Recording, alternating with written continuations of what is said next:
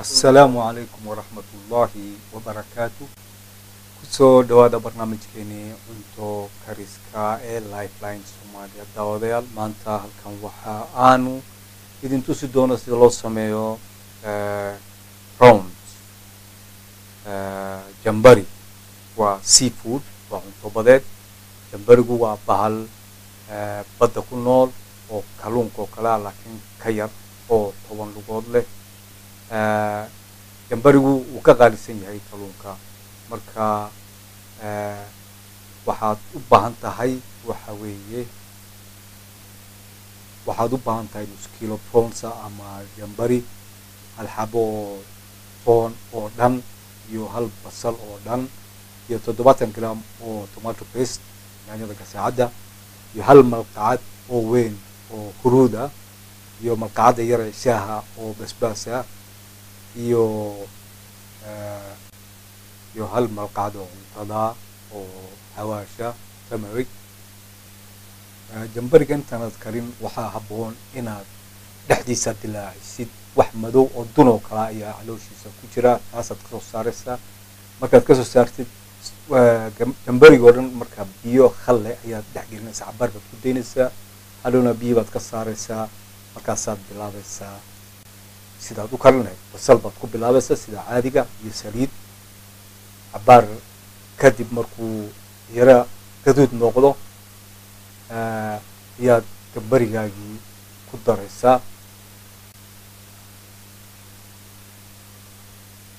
marka prawnskan aanu samaynayno u yeelimayno suugo biyo inuu yeesho laakiin waxaan ku shiilanaa basashii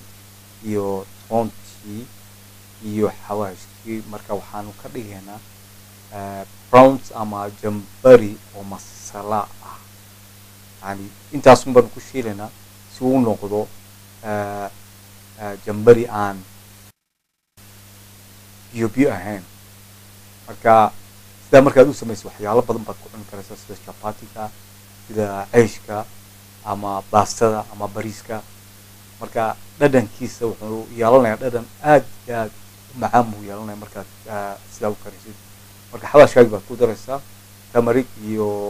huruudi iyo hal malqacad oo yaroo basbaasa basbaaska jeceshana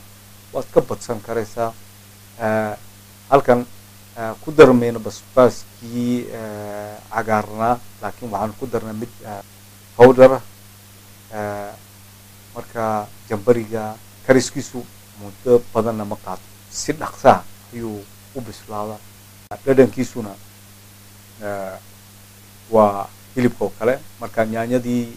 gasaacada ama taa oo waraaqda bariyahan lagu riday taana waad ku daraysaa si uu midabkiisu u yeesho midab casaan ama gaduuda marka jambarigu markaad cunaysidna waa adigoo hilib cunaya oo kale kalluunka oo kale maaha wax jilicsan maaha xoogaa waa iska hilibka oo kale weeye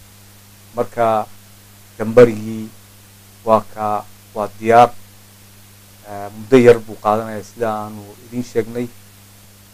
daawadayaal sida runta waxaad ogaataan cunto badeedka inuu ka nafaqo badan yahay hilibkan iyo cuntada aanu cunno oo loo baahan yahay mar walba in aan laga waayin cuntadeena sibaan xataa caruurta cuntada la siinayo kalluunka ama malayga inaan laga waayin ama prawnska ama malaygu waa fara badan yahay noocyaalo badan baa jira iyo hilibka digaaga ama doorada waa white meatka ayay ka mid yihiin marka dhakhaatiirta waxay ku leeyihiin intooda badan red meatka ayaa keena cudurro badan ama sababa annagana sideenaba cuntada weyn aadaan u cunno waxaa ka mid ah hilibka ma xumo in la cuno laakiin waxaa loo baahan yahay in dhowr nooc oo cuntaa in maaragtay aanu cunno oo malayga aan laga waayin ama kalluunka cuntadeena iyo digaaga iyo khudaarta iyo digirta iyo fuulka waa cunto noocyaalo badan ayuu ilaahay noo abuuray oo noo sameeyey inaan cunno marka waxaa loo baahan yahay in cunto nooca aanu cunno cuntooyinkaasoo aad iyo aad u howl yar sida loo sameeyo marka waanu weli soo diyaar gareyn doonaa insha allah wax walba oo aad samaysan kartaan ama tuulo yar jooga ama magaalo weyn jooga hadduu ilaahay noo ogolaado uu ilaahay biidni illahi tacaala uu noo fududeeyo waan idin soo gudbin doonaa anakoo jecel in aanu idin soo gudbino waxyaalo xataa qofka uu ku tegi karayo uu ku shaqaysan karayo marka daawadayaal nala soo xidhiidha mar walba waxaad jeceshiina noo soo qora iyo sidaa iyo nabadgelyo assalaamu calaykum waraxmat ullaahi wabarakaatu